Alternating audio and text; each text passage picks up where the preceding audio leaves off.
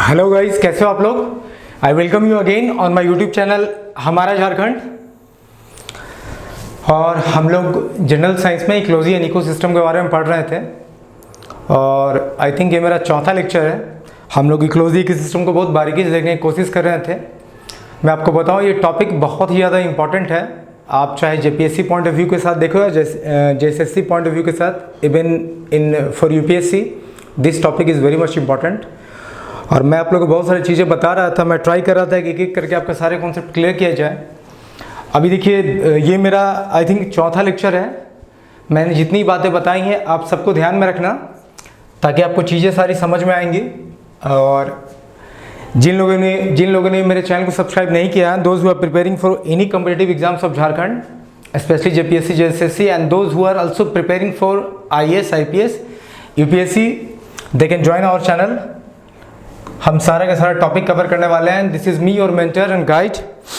So I hope कि मैं जो भी पढ़ा रहा हूँ आपको समझ में आ रहा होगा। ठीक है, बहुत ही जल्दी जैसे ही हम इकोसिस्टम और इकोलॉजी ख़त्म करेंगे, हम इसके क्वेश्चन सारे लगाएंगे, जितने भी ऑब्जेक्टिव क्वेश्चन हैं जो एग्ज़ाम में आ चुके हैं। और हमने इकोलॉजी और इकोसिस्टम में मैंने पहले ही आपको बताया है कि आप सारा वीडियो शुरू से देखना ताकि आपको चीज़ें आसानी से समझ में आए, क्योंकि सब चीज़ें कहीं ना कहीं जुड़ी हुई है, तो आपका एक कंसेप्ट बिल्ट होने में वो काफ़ी मदद करेगा। सो आइए हम देखते हैं। हम बहुत सारी चीज़ों को पढ़ चुके थे। हमने इकोसिस्टम पढ़ लिया था, इकोलॉजी पढ़ लिया था, टाइप्स पढ़ लिया था, बायो में इकोसिस्टम में डिफरेंस भी देख लिया था हमने। आज हम पढ़ने वाले हैं, लास्ट डे हमने एबायोटिक और बायोटिक कंपोनेंट्स पढ़े थे, फिर हमने इकोसिस्टम का फंक्शन पढ़ा था। मैं थोड़ा क्विक रिकैप ले रहा हूँ। इकोसिस्टम का फंक्शन क्या क्या है। इकोसिस्टम का बेसिक जो फंक्शन है ना, इकोसिस्टम का 3 मेन काम है। एक तो न्यूट्रिएंट के फ्लो को मेंटेन रखना, जिसे आप बायो जियो केमिकल साइकिल ही बोलते हो। दूसरा है एनर्जी फ्लो को मेंटेन रखना, और तीसरा है इकोलॉजिकल सक्सेशन। तो ये 3 फंक्शन है इकोसिस्टम के। ठीक है, न्यूट्रिएंट फ्लो, एनर्जी फ्लो और इकोलॉजिकल सक्सेशन। ठीक है, और मैंने बोला था कि कंटिन्यूस फंक्शन, न्यूट्रिएंट का मूवमेंट इकोसिस्टम में कंटिन्यूसली होते रहता है, एनर्जी का फ्लो इकोसिस्टम में कंटिन्यूसली होते रहता है। सो एक कंटिन्यूस प्रोसेस है जो चलता ही रहता है। ठीक है, कुछ पॉइंट्स मैंने बताया था। फिर लास्ट में मैंने आपको बताया था ट्रॉपिक स्ट्रक्चर और ट्रॉपिक लेवल के बारे में भी बताया था कि जब जितने प्रोड्यूसर कंज्यूमर है, जब आप उसे एक स्पेसिफिक मैनर में अरेंज करते हो according to their feeding instruction, feeding habit, तो आपको जो मिलता है वो मिलता है ट्रॉपिक स्ट्रक्चर। और हर ट्रॉपिक स्ट्रक्चर पे ईच लेवल को हम क्या बोलेंगे, ट्रॉपिक लेवल बोलेंगे। और ऐसे ट्रॉपिक लेवल क्या बताता है, तो it tells the specific position of an organism. ठीक है, और ए पॉपुलेशन, ठीक है, according to their feeding interaction with the other population. और जितना अमाउंट ऑफ लिविंग मैटर हर लेवल पे प्रेजेंट होता है, उसे हम क्या बोलते हैं, स्टैंडिंग क्रॉप और स्टैंडिंग बायोमास। ठीक है, आज हम फिर से इस टॉपिक पे बात करेंगे। तो आइए हम स्टार्ट करते हैं। आज का टॉपिक बहुत ही इंटरेस्टिंग है, आपको अच्छा लगेगा। ठीक है, तो हमारा जो पहला टॉपिक है वो है फूड चेन। तो बताओ फूड चेन क्या होता है। मुझे उम्मीद है आप सब लोगों ने ये वर्ड सुन रखा होगा, एक फूड चेन और दूसरा वर्ड है फूड वेब। ये 2 वर्ड तो जरूर आप लोगों ने सुन रखा होगा। ठीक है, तो ये फूड चेन होता क्या है। देखो, the sequential transfer of energy is called food chain. कि जिस सीक्वेंस में एनर्जी का ट्रांसफर होता है वही हमारा फूड चेन है। ठीक है, और आपको बहुत जगह मिलेगा the sequence of eating and being eaten is known as food chain. ठीक है, सो 2 डिफिनेशन मैंने यहाँ आपको बताया अभी कि the sequential transfer of energy का ट्रांसफर का जो सीक्वेंस है ना, वो हमें क्या देता है, वो हमें फूड चेन देता है। और the sequence of being eaten, the sequence of eating and being eaten is also known as food chain. इसे भी हम फूड चेन बोलते हैं। अब ये सिक्वेंशियल ट्रांसफर ऑफ एनर्जी मतलब एनर्जी का एक सीक्वेंस में ट्रांसफर होना, ये क्या है, हाँ अभी समझेंगे। हम बहुत सारे फूड चेन को देखने वाले हैं, बहुत सारे। मैंने बहुत सारा एग्जांपल ले रखा ताकि आपको अच्छा कॉन्सेप्ट बिल्ट हो जाए। देखो, हर कोई एक दूसरे का फूड है। Someone is the food of other. ठीक है, प्लांट को रैबिट खाता है, रैबिट को स्नेक खाता है, रैबिट को टाइगर खा लेता है। तो हर कोई स्नेक को हॉक खाता है, वल्चर खाता है, तो भाई हर कोई किसी न किसी का फूड है, ये बात आप समझ लो। अब बेसिकली जब आप फूड चेन पढ़ोगे तो दो मेजर फूड चेन आपको देखने को मिलते हैं। कितने? दो मेजर फूड चेन देखने को मिलते हैं, जिसमें पहला है grazing type of food chain और दूसरा है डेट्रिटस फूड चेन। तो ये जो grazing type of food chain है, देखो ग्रेजिंग हिंदी में क्या बोलते हैं? ग्रेजिंग मतलब चरना। तो ये जो grazing type of food chain है ना, इसमें हमेशा आपको जो प्रोड्यूसर होंगे वो प्लांट्स होंगे और ये हमेशा ग्रीन प्लांट से स्टार्ट होगा, मतलब प्रोड्यूसर से स्टार्ट होगा। तो जितने भी टाइप के ग्रेजिंग फूड चेन है उसमें जो प्रोड्यूसर होगा, जो स्टार्ट होगा, वो जब फूड चेन स्टार्ट होगा तो हमेशा ग्रीन प्लांट प्रोड्यूसर से स्टार्ट होगा, याद रखना, ठीक है। मतलब जो ग्रेजिंग फूड चेन है वो किससे स्टार्ट होगा? वो हमेशा स्टार्ट होगा ग्रीन प्लांट, जो कि आपके बेसिकली क्या होते हैं? यही तो प्रोड्यूसर होते हैं। ये क्या होते हैं? प्रोड्यूसर होते हैं, ठीक है। उसके बाद देखो दूसरा जो फूड चेन है हमारे पास है वो डेट्रिटस है, ठीक है। तो मैंने बताया था डेट्रीबोर किसे बोलते हैं? डेट्रीबोर उन्हें बोलते हैं जो डेड वेस्ट पे फीड करते हैं, जो सड़े गले पदार्थ जो होते हैं या जो मरे हुए पदार्थ होते हैं, जो मरे हुए जीव जंतु होते हैं उनको अपना भोजन बनाते हैं। तो डेट्रिटस फूड चेन में क्या होगा कि ये हमेशा स्टार्ट होगा डेड ऑर्गेनिज्म से। भाई जब तक डेड रिमेन्स मिलेंगे नहीं तब तक वो फूड चेन स्टार्ट कैसे होगा? डेट्रीबोर उसको फीड करेंगे तब तो एनर्जी का ट्रांसफर होगा। तो दो तरह के बेसिकली फूड चेन है, एक है ग्रेजिंग फूड चेन जिसमें प्रोड्यूसर या ग्रीन प्लांट जो होंगे उनसे वो फूड चेन स्टार्ट होता है, प्रोड्यूसर और ग्रीन प्लांट से स्टार्ट होगा। दूसरा होता है डेट्रिटस फूड चेन जो डेड ऑर्गेनिज्म से स्टार्ट होता है। ग्रेजिंग का एग्जांपल होगा टेरेस्ट्रियल, मेरीन, पॉन्ड इकोसिस्टम, ये जितने भी हैं ये सब एग्जांपल हो गए ग्रेजिंग के। और डेट्रिटस में आप देख सकते हो मैंग्रोव इकोसिस्टम, अभी हम बताएंगे, अभी हम बात करेंगे सारे पे कि कैसे टेरेस्ट्रियल इकोसिस्टम में जो फूड चेन पाया जाता है वो ग्रेजिंग होता है, ठीक है। सो आई होप आपको समझ में आ गया होगा। फूड चेन किसे बोलते हैं? फूड चेन बोलते हैं सीक्वेंशियल ट्रांसफर ऑफ एनर्जी, और दूसरा मैंने बताया कि the sequence of eating and being eaten is known as food chain, ठीक है। तो आई होप आपको समझ में आ गया होगा फूड चेन। अब मैं आपको दिखाता हूं कि मैंने कितने टाइप की फूड चेन की बात करी, दो टाइप की। पहला है ग्रेजिंग, तो आइए हम ग्रेजिंग फूड चेन को देखते हैं और समझते हैं। ये रहा हमारा ग्रेजिंग फूड चेन। देखो मैंने क्या बोला था कि ग्रेजिंग फूड चेन में जो स्टार्ट होगा वो हमेशा ग्रीन प्लांट से स्टार्ट होगा। देखो ये रहा ग्रास, ठीक है। अब ये ग्रास जो है इसको खाएगा डियर, इसको खाएगा डियर, और इस डियर को कौन खाता है? लायन। तो यही हमारा जो बना है ना, this is our food chain. अब आप समझना, ग्रीन प्लांट ने सनलाइट ली, CO2 लिया, लाइट लिया, और सॉइल से क्या क्या लिया? सॉइल से लिया वाटर और मिनरल, और इसने अपना खाना बना लिया। फोटोसिंथेसिस की प्रोसेस से इसने अपना खाना बना लिया। अब इसने जो ऑर्गेनिक मैटर प्रोड्यूस किया वो इसके लिए फूड है। हिरन क्या खाता है? घास, प्लांट, पत्ते सब खाता है। तो डियर के लिए ये खाना रहा, तो डियर ने इसको खाया, और शेर के लिए खाना क्या है? ये डियर है। तो लायन जो है डियर पे फीड करता है। तो ये देखो हमारा फूड चेन है। तो एनर्जी का फ्लो कैसे होगा? हमने क्या बोला? The sequential transfer of energy is called food chain. तो देखो प्लांट ने सन से लाइट लेके एनर्जी बनाई, तो सन से लाइट एनर्जी मिली इस ग्रास को। ग्रास ने देखो सन से क्या मिली? लाइट एनर्जी मिली। लाइट एनर्जी मिली किसको? ग्रास को। ग्रास ने लाइट एनर्जी कन्वर्ट कर दिया केमिकल एनर्जी में। किस में कन्वर्ट कर दिया? केमिकल एनर्जी में। मतलब सन की जो लाइट एनर्जी थी वो अब केमिकल एनर्जी में ग्रास में स्टोर हो गई। अब डियर ने ग्रास को खाया तो अब यहां से एनर्जी इसको शिफ्ट हो गई। अब लायन ने जब डियर को खाया तो यहां से एनर्जी इसको शिफ्ट हो गई। तो यही देखो ये सीक्वेंशियल ट्रांसफर ऑफ एनर्जी है। एनर्जी का ट्रांसफर देखो कैसे हो रहा है। देखो ये रहा एनर्जी का ट्रांसफर। ग्रास टू लायन तक एनर्जी कैसे जा रही है? ग्रास से डियर को मिला, डियर से लायन को मिला। तो यही देखो सीक्वेंशियल ट्रांसफर ऑफ एनर्जी है। इसीलिए इसको हम बोलते हैं कि हमारा एक फूड चेन है। क्या है हमारा? एक फूड चेन है। और चूंकि ग्रेजिंग फूड चेन है, हम कैसे समझेंगे? जहाँ पे स्टार्ट में ही हमारे ग्रीन प्लांट या कोई प्रोड्यूसर होगा तो हम समझ जाएंगे कि yes this is a kind of grazing food chain. ठीक है, आइए अब देखिए ग्रेजिंग फूड चेन का एक बड़ा सा एग्जांपल लेते हैं हम, बहुत छोटा एग्जांपल था। यहाँ पे देखिए एनर्जी का फ्लो यहाँ से स्टार्ट होगा। प्रोड्यूसर, मैंने बोला था कि स्टार्ट में ग्रेजिंग फूड चेन में क्या होंगे, प्रोड्यूसर होंगे। सन से लाइट एनर्जी लेके इन्होंने केमिकल एनर्जी बना लिया। ठीक है, जो फूड बना केमिकल एनर्जी बना, जिसे आप ऑर्गेनिक मैटर बोलते हो। अब देखो यहाँ रैबिट है या डियर है, ठीक है, इसने घास को खाया या पेड़ पौधे को खाया तो यहाँ से एनर्जी ट्रांसफर हो गई इसको। अब बेयर क्या है, भालू क्या है, ओमनीवोर है, वो पेड़ पौधे प्लांट्स भी खाता है, प्लांट ईटर भी है और फ्लैश ईटर भी है। अगर इसने इन पे फीड कर लिया, ये सब जो घास भी खाया पेड़ पौधे भी खाया, इन दोनों को भी खा लिया तो ओमनीवोर है, तो यहाँ से ये एनर्जी इसको चली गई।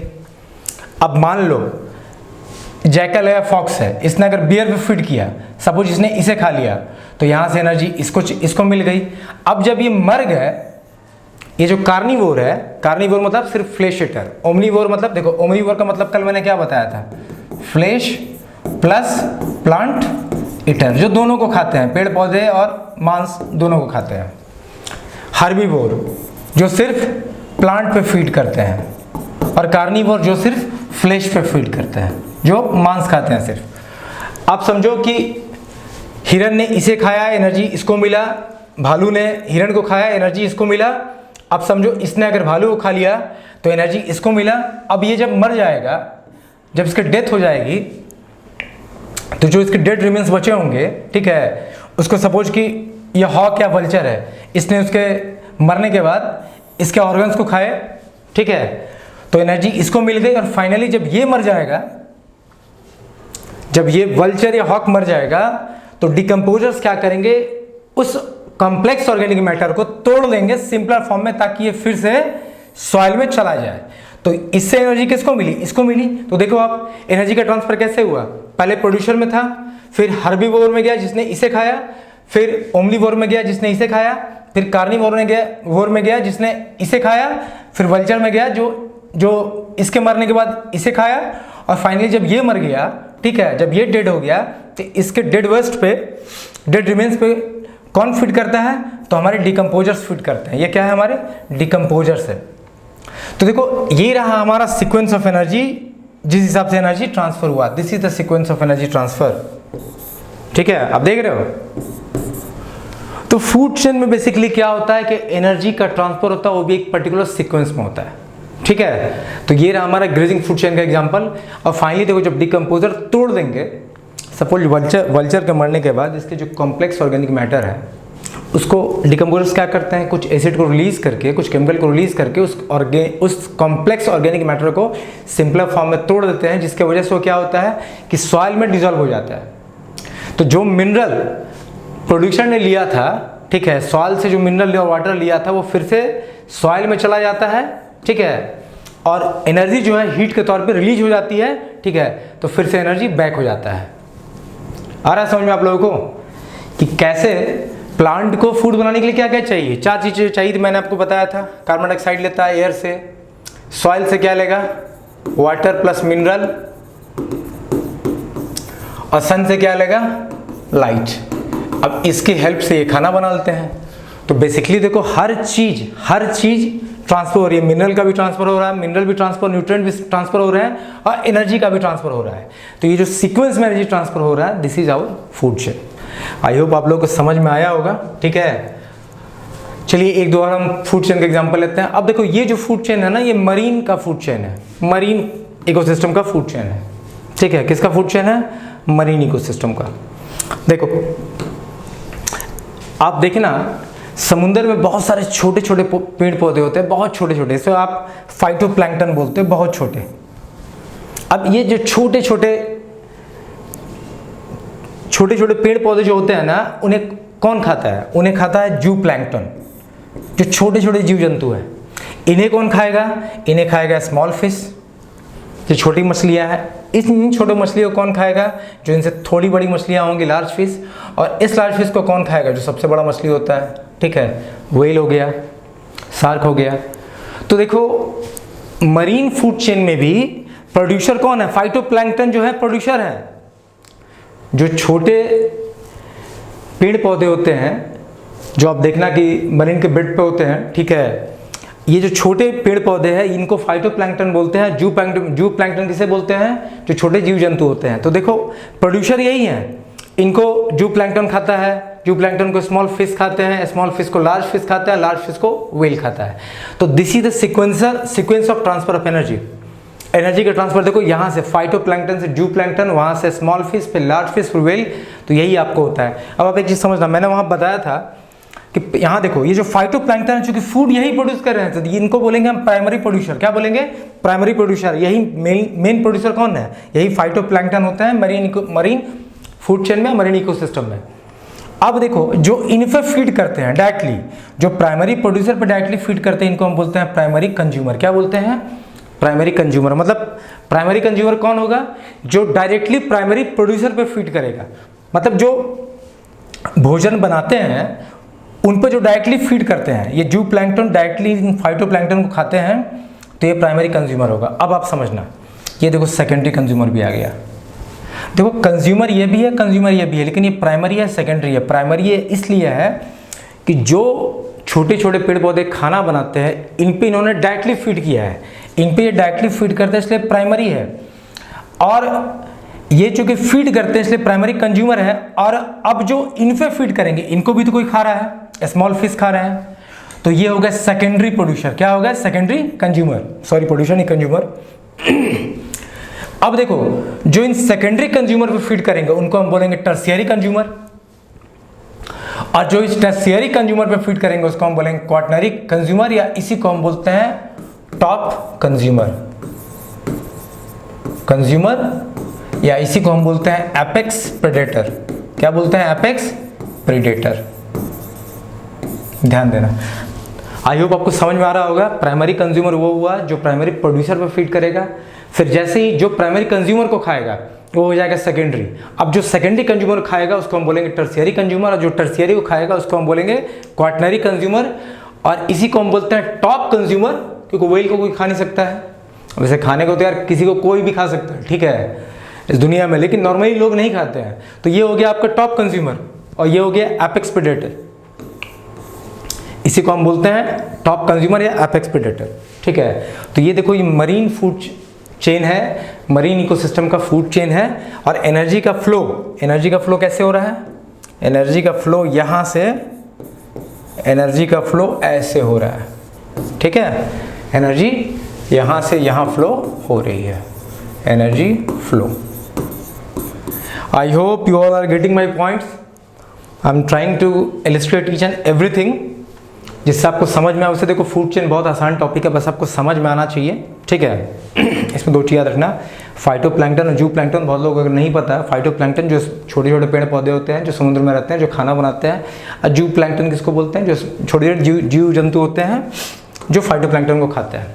अब देखो नॉर्मली एक उल्लू का the food chain of N owl, ये रहा प्लांट हमारा प्रोड्यूसर है। इंसेक्ट ने इसे खाया तो एनर्जी किसको ट्रांसफर हो गई? इसको एनर्जी ट्रांसफर हो गई, ई। अब माउस ने इंसेक्ट को खा लिया तो एनर्जी इसको ट्रांसफर हो गई। अब आउल ने माउस को खा लिया, एनर्जी इसको ट्रांसफर हो गई। तो ये देखो, this is the sequence of transfer of energy here, ठीक है। एनर्जी ट्रांसफर सीक्वेंस, तो ये हमारा फूड चेन हुआ, ठीक है। आप देखना हर फूड चेन में एनर्जी का ट्रांसफर आपको दिखेगा, ठीक है। एक्चुअली फूड चेन कहते ही उसे हैं। अब देखो जैसे अभी मैंने जो बताया, देखो इसमें भी क्या था, इसमें भी प्रोड्यूसर जो था प्लांट था। तो जब स्टार्ट हम प्लांट से करते हैं, प्रोड्यूसर से करते हैं ना, तो वो सारे जो फूड चेन होते हैं वो होते हैं grazing type of food chain. किस टाइप ऑफ फूड चेन होते हैं? Those all are grazing type of food chain, ठीक है। अब आप देखो, इसको देखो, ये है डेट्रिटस फूड चेन। तो डेट्राइटस जो फूड चेन है, मैंने बताया था कि डेट्रीवोर किसे बोलते हैं? जो डेड एंड डिके वेस्ट पे, रिमेन्स पे जो फीड करते हैं, मतलब जो सड़ा गला मरे हुए जीव जंतु उन पे जो फीड करते हैं। तो देखो उस स्थिति में क्या होगा, डेड ऑर्गेनिज्म जो होगा, डेड रिमेन्स जो होगा, वो आपका फूड चेन वहाँ से स्टार्ट होगा। डेट्रीवोर अपना खाना कहाँ से लेंगे? तो भाई जहाँ से मिलेगा। तो जहाँ पर डेड वेस्ट रिमेन ऑर्गेनिज्म है, सड़े गले मरे हुए जीव जंतु, वहाँ से वो स्टार्ट होगा। तो जैसे मान लो ये डेड लिप्स है, अब इसको कौन खाता है? इसको वुड लाउस खाता है, तो इससे एनर्जी इसको मिली। अब ब्लैक बर्ड जो है उस वुड लाउस को खाता है, ठीक है। तो भाई ये रहा हमारा एनर्जी ट्रांसफर का सीक्वेंस, ये रहा हमारा एनर्जी ट्रांसफर का सीक्वेंस, ठीक है। जैसे दूसरा भी देख सकते हो कि जो डेड रिमेन्स होंगे उनको सपोज प्राइमरी, अच्छा यहाँ देखो ये प्राइमरी डेट्राइटस फीडर किसको बोलते हैं? तो भाई जो पहले फीड करेगा, देखो डेड रिमेन्स पड़े हुए हैं, जो पहला फीडर है उस पर, उसी को हम प्राइमरी डेट्राइटस फीडर बोलेंगे। अब इसको जो खाएगा, जैसे अर्थवर्म है, अर्थवर्म ने किसी डेड वेस्ट को खाया, तो ये हमारा प्राइमरी डेट्राइटस फीडर हो गया। अब जो अर्थवर्म को खाएगा वो हो जाएगा हमारा सेकेंडरी डेट्राइटस फीडर। जैसे उसमें था primary consumer, secondary consumer, tertiary, quaternary. Quaternary को हम क्या बोलते थे? एपेक्स प्रेडेटर या टॉप कंज्यूमर। वैसे ही सपोज ये हमारा डेट्राइटस है, डेड रिमेन्स है, इसको अगर अर्थवर्म खाएगा डायरेक्टली तो ये प्राइमरी डेट्राइटस फीडर हो जाएगा। अब अर्थवर्म को सपोज ये माउस खाएगा तो इसको हम बोलेंगे सेकेंडरी डेट्राइटस फीडर। अब अगर कोई माउस को खाएगा यहाँ पे तो उसको हम बोलेंगे क्या? सेकेंडरी। इसको हम बोलेंगे टर्शियरी। अगर इसको कोई खा लिया तो टर्शियरी डेट्राइटस फीडर, ठीक है। तो ये रहा हमारा डेट्राइटस फूड चेन। चलो एक और मैं दिखाता हूँ आपको, मैंग्रोव का दिखाता हूँ। जो मैंने एग्जांपल बोला था ना कि डेट्राइटस फूड चेन का एग्जांपल क्या है? Mangrove ecosystem. देखो ये रहा मैंग्रोव इकोसिस्टम। बाद में देखो मैं इस पे स्पेशली बात करने वाला हूँ, मैंग्रोव पे मैं स्पेशली बात करने वाला हूँ, ठीक है। अभी आप समझ लो, देखो मैंग्रोव जहाँ भी होते हैं तो मैंग्रोव फूड चेन में तुम क्या देखोगे कि जो मैंग्रोव प्लांट्स हैं या ट्रीज हैं वो क्या करते हैं? उनके पत्ते झड़ते हैं, उनके फूल फ्लावर्स गिरते हैं, लीव्स जो सड़े गले सीड्स हैं वो निकलते हैं। तो ये जो पत्तों का झड़ना, फूल का झड़ना, सीड्स का निकलना, ये सब जो गिरते हैं ये लिटर बनाते हैं सड़ जाने के बाद, ठीक है। और ये जो लिटर बनता है इसको कौन खाता है? तो देखो इसको स्मॉल फिश, क्रैब और प्रॉन्स ये खाते हैं। तो अगेन यहाँ पे देखो कि ये जो लिटर बना है, ठीक है, ये जो लिटर बना इसको कौन खाया? ये खाए। तो ये हमारे हो गए प्राइमरी डेट्राइटस फीडर, ये प्राइमरी हो गए। अब ये जो स्मॉल फिश, क्रैब और प्रॉन है इसको खाते हैं बिग फिश, ठीक है। तो ये हमारा हो गया सेकेंडरी डेट्राइटस फीडर। अब सपोज इस फिश को किसी बर्ड ने खा लिया, जैसे वाटर बर्ड आपका होता है, हेरोन्स होते हैं, जैसे वाटर बर्ड लाइक हेरोन्स, ये अगर बिग फिश को खा लिया तो ये हमारा होगा टर्शियरी डेट्राइटस फीडर।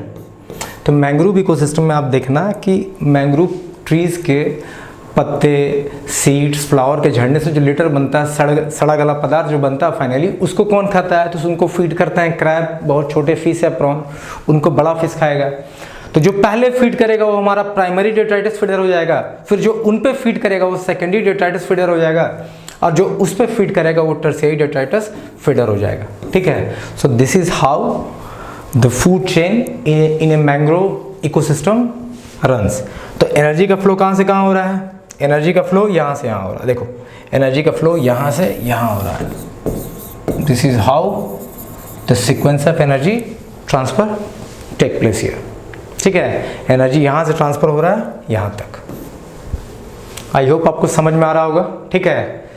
देखो जहाँ भी आप देखना डेट्राइटस फूड चेन तो समझ जाना कि वो फूड चेन, अगर आपसे कोई फूड चेन देके पूछ ले किस टाइप का फूड चेन है, आप देखना अगर वहाँ पे ग्रीन प्लांट या प्रोड्यूसर से स्टार्ट है भाई तो वो हो जाएगा ग्रेजिंग टाइप फूड चेन। और जहाँ डेड वेस्ट, डेड रिमेन्स होंगे, ठीक है, सड़े गले पदार्थ से स्टार्ट है तो वो हो जाएगा आपका क्या? वो हो जाएगा डेट्राइटस फूड चेन, ठीक है। चलो अब जब आप इकोलॉजी इकोसिस्टम पढ़ते हो ना तो उसमें एक बहुत इंपॉर्टेंट लॉ है जिसे हम बोलते हैं 10% लॉ। क्या बोलते हैं? 10% लॉ। सो आइए अब मैं आपको बताता हूँ। मैं इतनी देर से बोल तो रहा हूँ कि भाई सीक्वेंस फूड चेन को मैंने क्या बोला? It is A sequential transfer of energy is called food chain, कि जिस हिसाब से एनर्जी का ट्रांसफर होता है। तो भाई कितना एनर्जी का ट्रांसफर होता है? क्या प्लांट सन से सपोज 100 किलो जूल का एनर्जी लिए तो क्या 100 किलो जूल का वो ऑर्गेनिक मैटर बनाते हैं? क्या उतना का ही खाना बनाते हैं? और अगर हम उस प्लांट को फीड करते हैं तो क्या मुझे भी उतनी एनर्जी मिलेगी क्या? आइए हम इसको समझते हैं कि जब मैं बोल रहा हूँ कि एनर्जी ट्रांसफर हो रहा है तो कितना एनर्जी ट्रांसफर हो रहा है, दिस इज द क्वेश्चन, ठीक है। तो इसी चीज को देखते हुए 10% लॉ दिया गया था, और ये 10% लॉ जो था ना वो लिंडरमैन ने दिया था। किसने दिया था? सॉरी, लिंडरमैन ने दिया था।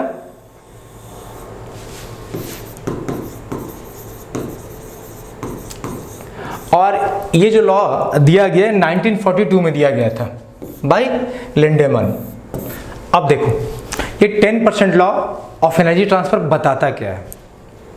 देखो ये बोलता है, according to this law, during the transfer of energy from organic food from one trophic level to next, only about 10% of the energy from organic matter is stored as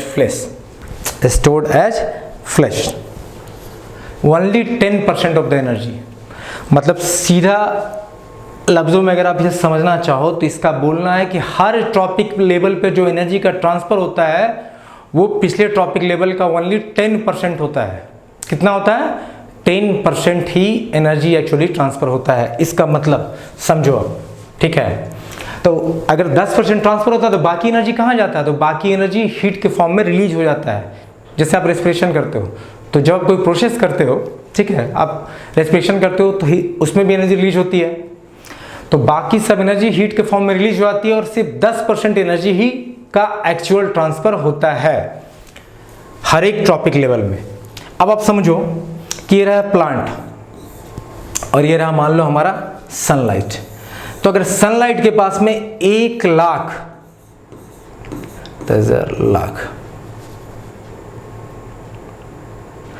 अगर 1 लाख जूल एनर्जी अगर सन से मिलती है green plant को या producer को, तो 10% energy ही यहां से यहां तक ट्रांसफर होगी। तो अब एक जीरो को आप माइनस कर दो 10% में से, तो कितना बचा? 10,000 जूल। तो सन से जो एनर्जी मिली, लाइट एनर्जी, सपोज अगर 1 लाख जूल एनर्जी मिली तो प्रोड्यूसर के पास 10% एनर्जी ही पहुंचेगी या 10% एनर्जी का ही ट्रांसफर होगा। मतलब ग्रीन प्लांट जो फूड बनाएंगे वो कितना एनर्जी का होगा?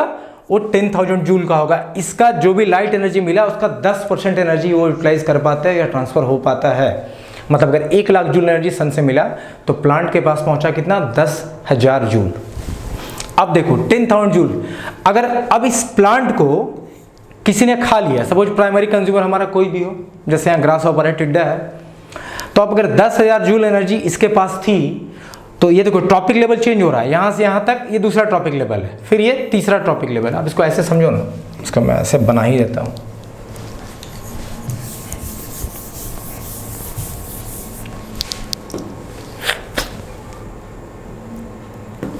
देखो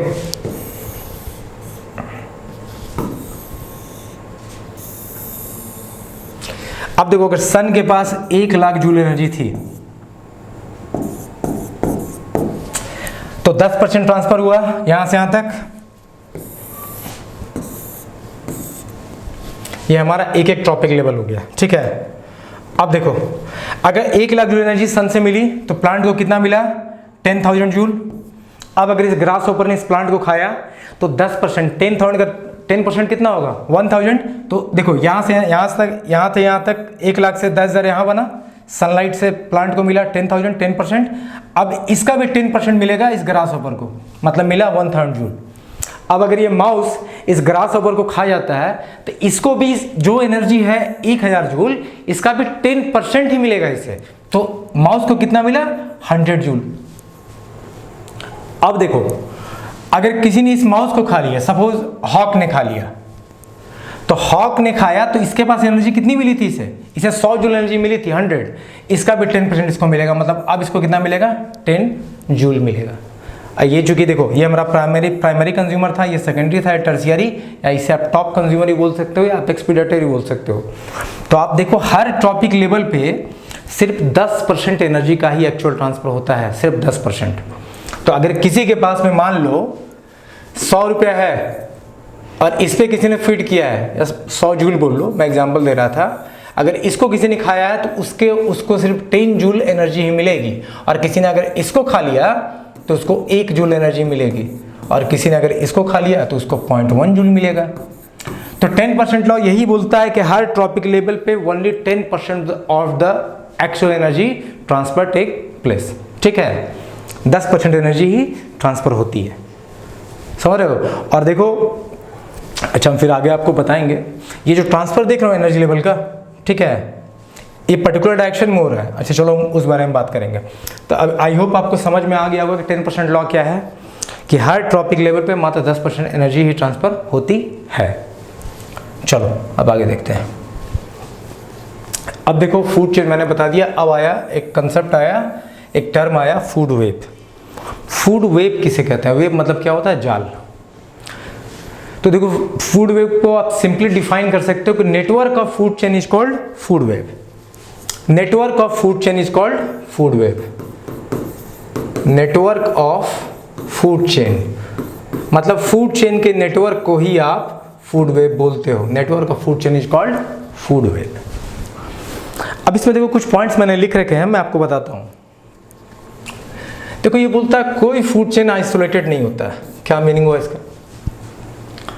दूसरा है कि organism act at various level in different food chain, कि हर ऑर्गेनिज्म डिफरेंट फूड चेन में डिफरेंटली एक्ट करते हैं, ठीक है।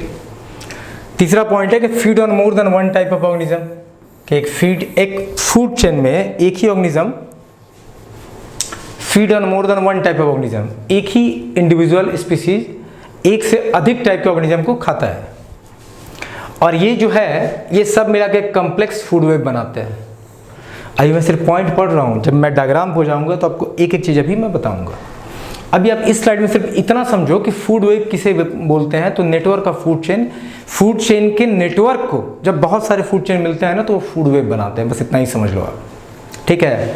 नेटवर्क ऑफ फूड चेन, जब एक से अधिक का फूड चेन लेते हो तो क्या बनाते हैं? फूड वेब बनाते हैं। इसलिए डिफाइन भी किया गया है, food web is a network of food chain where different type of organism are connected at different trophic level, so that there are a number of options of eating and being eaten at each tropic level। इसका मतलब है कि हर trophic level पे बहुत सारे options खुले हुए हैं कि वो खुद भी खाए जा सकते हैं और उनके खुद खाने के लिए बहुत सारे ऑप्शंस खुले हुए हैं। इस पूरे स्लाइड से आप सिर्फ इतना ही समझो कि फूड चेन के नेटवर्क को हम फूड वेब बोलते हैं, ठीक है। अब हम देखते हैं कि भाई कैसे वो आइसोलेटेड नहीं है, कैसे ऑर्गेनिज्म हर डिफरेंट लेवल पे डिफरेंटली एक्ट करते हैं, एक से अधिक ऑर्गेनिज्म को कैसे फीड करते हैं। आइए हम इन सब पॉइंट को समझते हैं। तो इसके लिए मैंने फूड वेब लिया। अब आप देखो अब पहले फूड चेन फूड वेब को समझना। अगर मैं अभी आप इसको पूरा भूल लो, इधर से आप सिर्फ देखो, आई होप आपको ग्रास दिख रहा है, ग्रास होपर दिख रहा है, लिजार्ड दिख रहा है और हॉक दिख रहा है। आप सिर्फ इसको देखो, मैं जहां से रोटेट कर रहा हूं आप सिर्फ इसको देखो। इसको मैंने नंबर 1 दे दिया। देखो ग्रास होपर, लिजार्ड और हॉक। ग्रास को खाया ग्रास होपर ने, ग्रास होपर को खाया लिजार्ड ने और लिजार्ड को खा लिया हॉक ने। तो ये हमारा एक फूड चेन बन गया। अब देखो दूसरा फूड चेन देखो, ग्रास को खाया ग्रास होपर ने, ग्रास होपर को डायरेक्टली खा लिया हॉक ने। ये हमारा एक दूसरा फूड चेन बना। रुको, ये हमारा ऐसे एक दूसरा फूड चेन बन गया। ये रहा हमारा 2। अब देखो अब हम तीसरा फूड चेन देखते हैं। ग्रास को खाया रैबिट ने, रैबिट को खा लिया हॉक ने। तो ये हमारा एक तीसरा फूड चेन बना। अब देखो ग्रास को खाया माउस ने, माउस को खा लिया हॉक ने। तो ये हमारा एक चौथा फूड चेन बना। अब देखते हैं ग्रास को खाया माउस ने, माउस को खाया स्नेक ने और स्नेक को खा लिया हॉक ने। तो ये हमारा एक 5वां फूड चेन बना। देख रहे हो ये जो डायग्राम है इसमें टोटल 5 फूड चेन है। कितने फूड चेन है? 5 फूड चेन है। इसमें टोटल 5 फूड चेन है।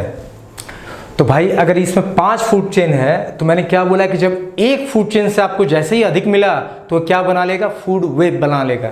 तो देखो ये फूड चेन का वेब जैसा है, बहुत सारे फूड चेन्स इसमें है, इसीलिए हम नेटवर्क ऑफ फूड चेन को ही फूड वेब बोलते हैं। तो देखो ये एक फूड चेन है, ये एक फूड चेन है, मैं फूड चेन को ऐसे लिखता हूँ, ये एक फूड चेन है, ये एक फूड चेन है, ये एक फूड चेन है, ये एक फूड चेन है। और जब इन पांचों को हम कंबाइन करके ले लेंगे साइमल्टेनियसली, जब ले लेंगे एक साथ, तो यही हमारा बना रहा है क्या? Food web. आई होप आपको समझ में आ गया होगा कि फूड वेब मतलब एक से अधिक नंबर ऑफ फूड चेन जहां प्रेजेंट हो तो उसको हम फूड वेब बोलते हैं। आई होप आपको ये डायग्राम समझ में आ रहा होगा। अगर मैं इस तरह से बात करूं, अगर आपसे मैं पूछ लूं कि ये जो दिया हुआ फूड वेब, इसमें कितने फूड चेन है, और एक बार बताओ सही, चलो बताओ कितने फूड चेन है उसमें। देखो एक फूड चेन तो ये हो गया, प्लांट, गोट, जैकल, लायन। एक फूड चेन हो गया ये, दूसरा हो गया रैबिट, जैकल, लायन। तीसरा हो गया माउस, वाइल्ड कैट, लायन, या रैबिट, वाइल्ड कैट, लायन। 4, एक हो गया माउस, आउल, 1 2 3 4, ये 5वां हो गया। अब समझ लो माउस, आउल, सॉरी 5वां हो गया। इसका हो गया माउस के बाद स्नेक और काइट, ये 6ठा हो गया। देखो फूड चेन और भी बन सकते हैं। यहीं पे देखो, अगर मैं बोलूं ग्रास से मैं माउस को ले जाता और माउस को लिजर्ड खा लेता और लिजर्ड को हॉक खा लेता, तो ये भी एक डिफरेंट फूड चेन बन रहा है कि नहीं। तो बस आपको इतना समझना है कि जब हमें एक से अधिक फूड चेन मिलने लगते हैं तो हम उसे फूड वेब बोलते हैं। और इसी में देखो अब एक एक पॉइंट क्लियर होगा। देखो यहाँ पॉइंट्स क्या था, feed on more than one type of organism, कि जब फूड वेब मिलता है तो एक से अधिक ऑर्गेनिज्म पे वो फीड करते हैं। ठीक है, जैसे आप देखो माउस को आउल भी खा सकता है, स्नेक भी खा सकता है, वाइल्ड कैट भी खा सकता है। ठीक है, ये वाइल्ड कैट माउस को भी खा सकता है। एक मिनट मुझे मिटाने दो। कैसे एक से अधिक ऑर्गेनिज्म फीड करते हैं, देखो ये माउस को वाइल्ड कैट खा सकता है, इस रैबिट को भी वाइल्ड कैट खा सकता है। तो वाइल्ड कैट एक ही है यहाँ पे, जंगली बिल्ली एक ही है, लेकिन वो कभी इस पे फीड कर रही है, कभी इस पे फीड कर रही है, तो उसके पास ऑप्शन अवेलेबल होता है।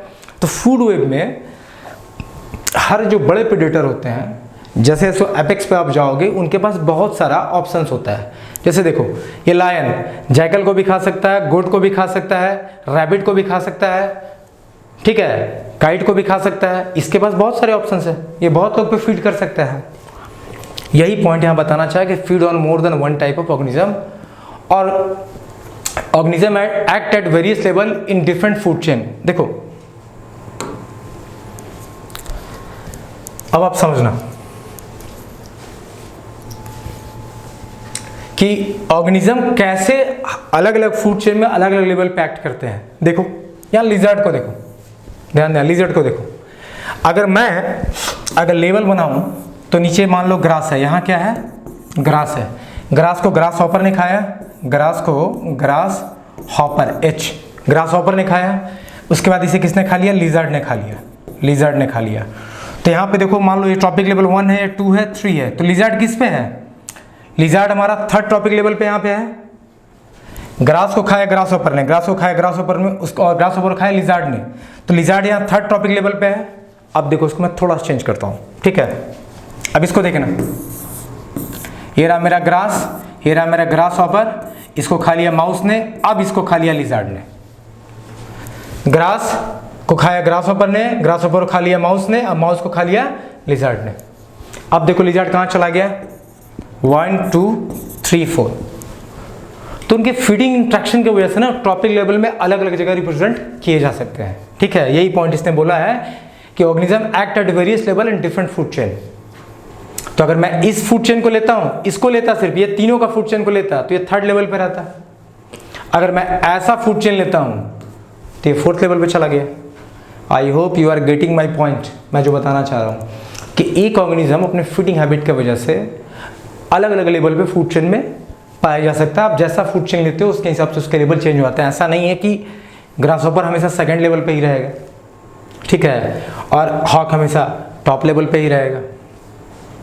आई hope you are getting my point. तो यही देखो, यही हमारा फूड वेब है, ठीक है, कि जब हम एक से अधिक फूड चेन के नेटवर्क दिखने लगते हैं तो हम उसे फूड वेब बोलते हैं, ठीक है। चलो आई होप मैंने आपको बहुत सारा फूड वेब बता दिया है। अब हम थोड़ा आगे चलते हैं। अब देखो significance of food chain, food web क्या है। तो आपने क्या देखा, फूड चेन या फूड वेब में हो क्या रहा है,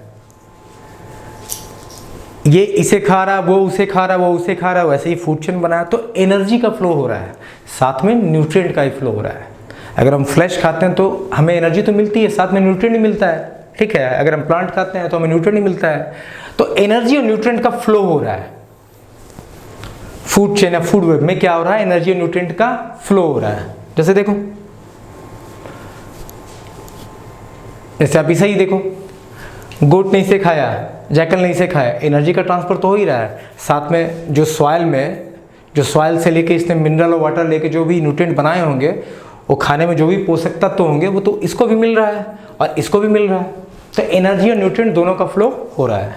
ठीक है, ये सिग्निफिकेंस है फूड चेन और फूड वेब का। अच्छा, दूसरा सबसे इंपॉर्टेंट सिग्निफिकेंस इसको आप समझना कि maintain population of different species and thus maintain ecological balance. मतलब फूड चेन और food web ecological balance maintain करते हैं। How? Just think over it कि how food chain and food web maintain ecological balance. कैसे वो ecological balance को manage करते हैं, मेंटेन कैसे करते हैं, बताओ। बहुत ही सिंपल है, आप समझना, लेकिन ये बहुत इंपॉर्टेंट पॉइंट है। This is very important point. देखो, अगर मैं आपको बोलूं, चलो यही लो एग्जांपल, इसी को मैं समझाता हूं आपको।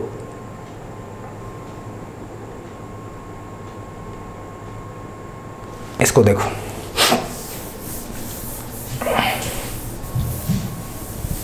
समझना इसको। देखो, मैंने एग्जांपल लिया है कि कैसे फूड चेन और फूड वेब इकोलॉजिकल बैलेंस को मेंटेन करते हैं।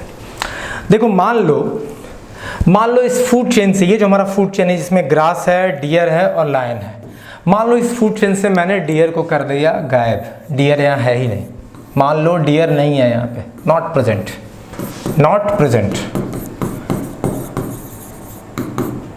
अगर मैंने डियर को यहाँ से गायब कर दिया, अब बताओ क्या होगा। जंगल में बहुत घास है, बहुत सारे पेड़ पौधे हैं, और हमने डियर को कर दिया गायब। तो अब देखो इकोलॉजिकल बैलेंस कैसे खराब होता है, कैसे डिसरप्ट होगा, कैसे नहीं चलेगा। एक बात बताओ, अगर डियर गायब हो गया तो शेर तो मर ही जाएगा, ये तो डेड हो जाएगा, इसकी तो डेथ हो जाएगी। क्यों? अब शेर घास थोड़ी ना खाएगा, घास तो खाएगा नहीं शेर। अब देखो, अगर तुमने डियर को हटा दिया तो जंगल में घास, पेड़ पौधे इतने बढ़ जाएंगे, फॉरेस्ट इतना डेंस हो जाएगा कि चलना फिरना ही मुश्किल हो जाएगा। तो देखो, हर फूड चेन में, हर फूड वेब में एक ऑर्गेनिज्म का एक वाइटल रोल होता है। ईच एंड एवरी स्पीसीज और population of species at each trophic level perform their vital role, या they have a specific role, they have an important role to play in an ecosystem. अगर एक भी food chain या food web से एक भी organism गायब हो जाता है ना, तो इकोलॉजिकल बैलेंस खराब हो जाता है, इकोलॉजिकल बैलेंस डिसरप्ट हो जाता है। इसीलिए बहुत सारे आपने सुना होगा कि जब एक्सटिंक्शन होने लगता है जानवरों का, तो सरकार बहुत सारे पॉलिसी बनाने लगती है। ठीक है, क्योंकि उनको पता है किसी भी एक जीव जंतु का निकल जाना, चाहे पक्षी पेड़ पौधे का लुप्त हो जाना, ठीक है, हमारे प्रकृति से कहीं ना कहीं हमें एक बुरा इम्पैक्ट प्रोवाइड करता है। ठीक है, हमारे ऊपर उसका दुष्प्रभाव देखने को आपको मिलेगा। अगर आपने डियर को हटा दिया तो जंगल में इतनी झाड़ियाँ, पेड़ पौधे इतने बढ़ जाएंगे कि चलना फिरना मुश्किल हो जाएगा। दूसरा बात है, ये शेर तो मर जाएगा, ये तो डियर है नहीं खाने के लिए इसके पास। तो इस फूड चेन से आप डियर को हटाओ तो लायन भी गया, और जंगल तो इतना डेंस हो गया कि पूछो मत। अब देखो, ये तो मैंने इसको हटाया था, अब लो,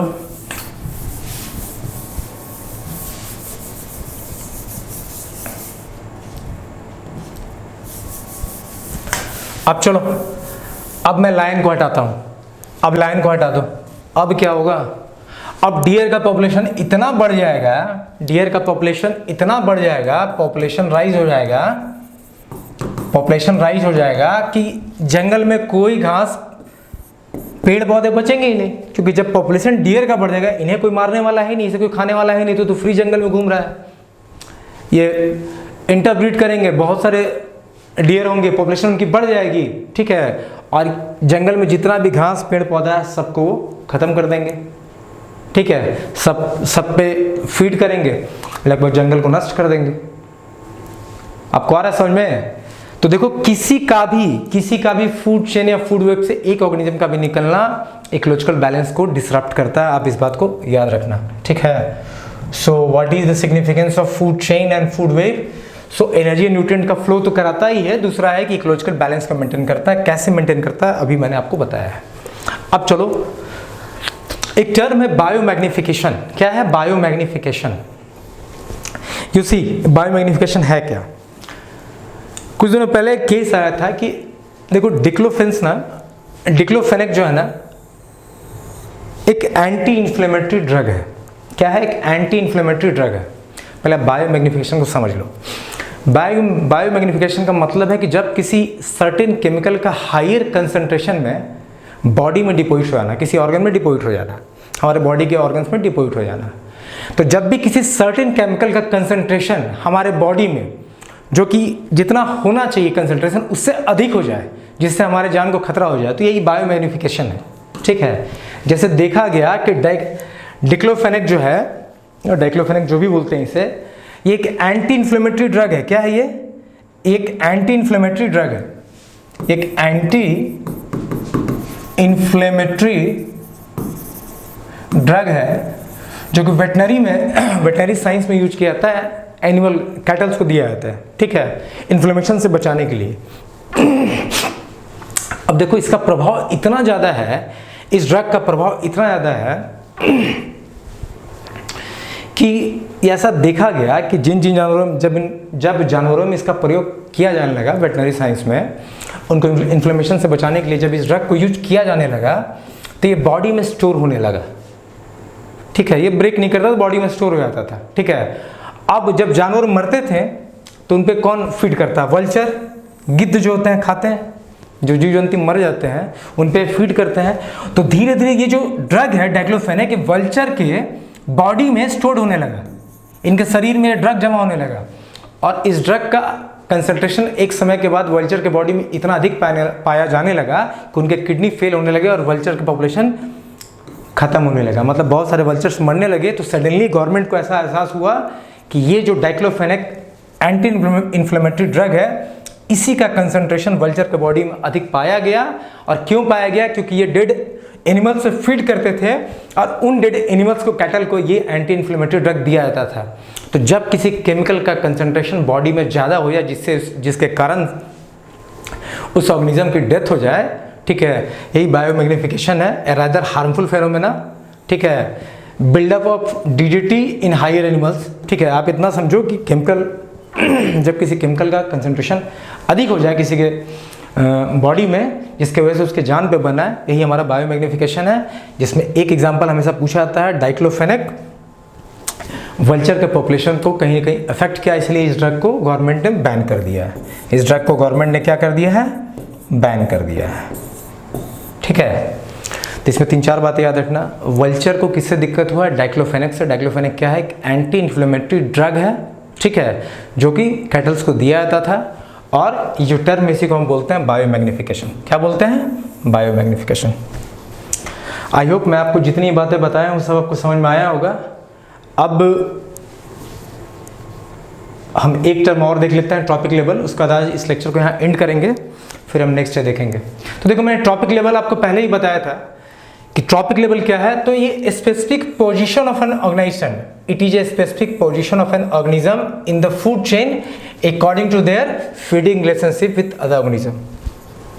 मैंने बोला था कि जब प्रोड्यूसर और कंज्यूमर को आप अरेंज करते हो स्पेसिफिक मैनर में according to their feeding habits, तो जो हमें मिलता है वो मिलता है टॉपिक स्ट्रक्चर।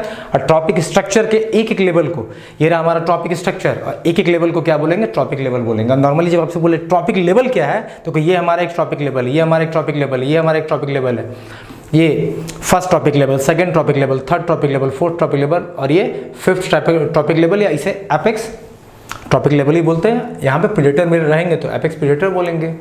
तो टॉपिक लेवल जनरली क्या बताता है? Specific position of an organism in a food chain according to their feeding relation with the other organism. को कैसे खाते हैं, उनका फीडिंग रिलेशन की वजह से उनका एक टॉपिक लेवल में क्या पोजीशन होगा, यही बताता है टॉपिक लेवल।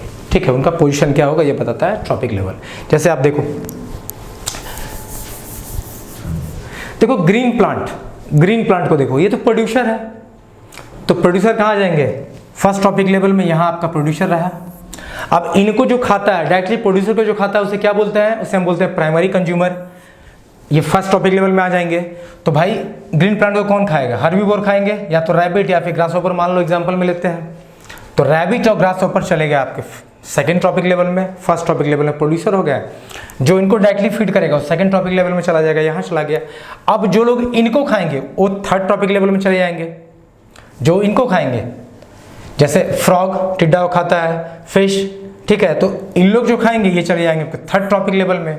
और इन्हें हम क्या बोलेंगे, देखो जो प्रोड्यूसर को डायरेक्टली खाएंगे उसे प्राइमरी कंज्यूमर, और जो इनको खाएंगे उनको हम बोलेंगे सेकेंडरी कंज्यूमर। अब जो सेकेंडरी कंज्यूमर को खाएंगे इसे हम बोलेंगे टर्शियरी कंज्यूमर, और जो इसे खाएंगे उसे हम बोलेंगे एपेक्स प्रेडेटर या टॉप कंज्यूमर। तो देखो यहाँ पे कार्निवोर, सेकेंडरी कार्निवोर ही बोला गया है। कार्निवोर देखो ये तो हर्बीवोर है, अब इनको खाया कार्निवोर ने, तो जो इन पे डायरेक्टली फीड करेगा वो सेकेंडरी कार्निवोर है, अब इन पे जो फीड करेगा वो टर्शियरी कार्निवोर है। मैं प्रोड्यूसर की बात कर रहा था, कंज्यूमर की बात कर रहा था, प्राइमरी कंज्यूमर, सेकेंडरी कंज्यूमर। ये हुए प्रोड्यूसर जो इन पे फीड किए प्राइमरी, जो इन पे फीड किए सेकेंडरी, जो इन पे फीड किए टर्शियरी, जो इन पे फीड किए क्वाटरनरी, या इसे टॉप कंज्यूमर भी आप बोलते हो, टॉप कंज्यूमर भी आप बोलते हो। इस तरह से इनको हम टॉपिक लेवल में अरेंज करते हैं इनके फीडिंग हैबिट की वजह से, क्योंकि ये इस पे फीड कर रहा है, ये इस पे फीड कर रहा है, ये इस पे फीड कर रहा है, ये इस पे फीड कर रहा है, ठीक है। तो ट्रॉपिक लेवल क्या बता रहा है आपको, आपको ऑर्गेनिज्म का पोजीशन बता रहा है। ट्रॉपिक लेवल में क्या है, उसका पोजीशन क्या है according to their feeding habits. अब जो सबसे इंपॉर्टेंट पार्ट है ना उसको आप समझना, मैंने आपको बोला था कि डिकम्पोजर बहुत इंपॉर्टेंट है, इनका स्पेशल रोल है। क्या है, ये सफाई कर्मी है, अगर ये नहीं होंगे तो पृथ्वी की क्या हालत होगी आप समझ सकते हो। तो देखो ये डिकम्पोजर ऐसे ऑर्गेनिज्म है ना जो आपको हर लेवल पे मिलेंगे, आप याद रखना। ये आपको देखो इस लेवल पे भी है, इस लेवल पे भी है, इस लेवल पे भी है, इस लेवल पे भी है, इस लेवल पे भी है। क्यों? इसलिए कि मृत्यु एक अटल सत्य है, जो जिंदा हुआ उसको मरना ही है। तो हर लेवल पे ऑर्गेनिज्म तो मर ही रहा है ना। सपोज ये फ्रॉग मर गया, कौन खाएगा इसको, इसके फाइनली इसको कौन तोड़ेगा, कॉम्प्लेक्स ऑर्गेनिक मैटर को तोड़ के सॉइल में मिनरल्स कौन फिक्स करेगा, ये डिकम्पोजर करेंगे। वैसे ही मान लो स्नेक मर गया, तो देखो डिकम्पोजर हर लेवल पे होते हैं। कोई प्लांट का डेड रिमेन्स रहा, किसी जानवर का डेड रिमेन्स रहा, जो भी लोग मरेंगे किसी भी लेवल पे उनको ये डिकम्पोजर फाइनली तोड़ देंगे, उस जगह को क्लीन कर देंगे और जो भी न्यूट्रिएंट उसमें होंगे उसको तोड़ के सिंपलर फॉर्म में सॉइल में दे देंगे, ताकि फिर से प्लांट सॉइल से न्यूट्रिएंट मिनरल लेके अपना खाना बना सके। इसीलिए डिकम्पोजर हर लेवल पे होते हैं, क्योंकि हर लेवल पे जीव जंतु मरते रहते हैं, प्लांट्स मरते रहते हैं। तो यही रहा हमारा ट्रॉपिक लेवल। और डिकम्पोजर हर लेवल पे क्यों होता है ये आपको मैंने बता दिया, दिस इज वेरी इंपॉर्टेंट। आप याद रखना किसी भी ट्रॉपिक लेवल में जो टॉप में होते हैं, जो टॉप में जिसे कोई नहीं खाता है, नॉर्मली यार देखो टाइगर को कोई नहीं खाता, ठीक है, तो इसे हम एपेक्स प्रेडेटर बोलते हैं, या टॉप कंज्यूमर बोलेंगे, या क्वाटरनरी देख लेंगे, प्राइमरी सेकेंडरी टर्शियरी क्वाटरनरी बोलेंगे, ठीक है, क्वाटरनरी कंज्यूमर नहीं बोल सकते हैं। अब यहाँ पे देखो, यहाँ कार्निवोर सेकेंडरी कार्निवोर बोला जा रहा है, क्योंकि देखो ये कार्निवोर पे जो फीड कर रहे हैं, हर्बीवोर पे फीड कर रहे हैं, तो हम प्राइमरी कंज्यूमर बोल रहे हैं। तो इसे बोलने का तरीका है, आप ध्यान देना इसमें कि डिकम्पोजर हर लेवल पर पाए जाते हैं, और ट्रॉपिक लेवल स्पेसिफिक पोजीशन बताता है एक ऑर्गेनिज्म का according to their feeding relationship. तो आज का हम लेक्चर यहीं ख़त्म करने वाले हैं। मैं उम्मीद कर रहा हूँ कि मैं जो भी चीज़ें पढ़ा रहा हूँ आपको समझ में आ रही है, ठीक है। और मैं बार बार बोल रहा हूँ कि आप सीक्वेंस में वीडियो को देखना, क्योंकि क्रोनोलॉजी में पढ़ने से आपको चीज़ें अच्छे से समझ में आएगी, ठीक है। और अगर किसी को डाउट है तो you can ask me in comment. और जो लोग मेरा टेलीग्राम चैनल को नहीं ज्वाइन किए हो, क्योंकि सारे नोट्स मैं वहीं देने वाला हूँ, आप मुझसे वहाँ नोट्स मांगेंगे चैनल पे तो मैं नोट्स प्रोवाइड करूँगा, ठीक है। तो जिनको कोई भी दिक्कत है, मैंने जो भी अभी तक पढ़ाया है, आपको अगर कोई भी दिक्कत है कि you can ask me, you can comment, ठीक है। और चैनल को जो लोग सब्सक्राइब नहीं किए हों, क्योंकि जो नया वीडियो आएगा उसका नोटिफिकेशन आपको नहीं मिलेंगे, so you can subscribe to my channel. और बाकी वैसे एस्पिरेंट जिनको ज़रूरत है, जो तैयारी कर रहे हैं, ठीक है, because I am providing each and everything here free of cost, so you can tell them to join this channel, ठीक है। तो चलिए आप लोग अच्छे से पढ़ाई कीजिए, फिर हम मिलते हैं नेक्स्ट लेक्चर में, ठीक है। Till then good bye, stay safe.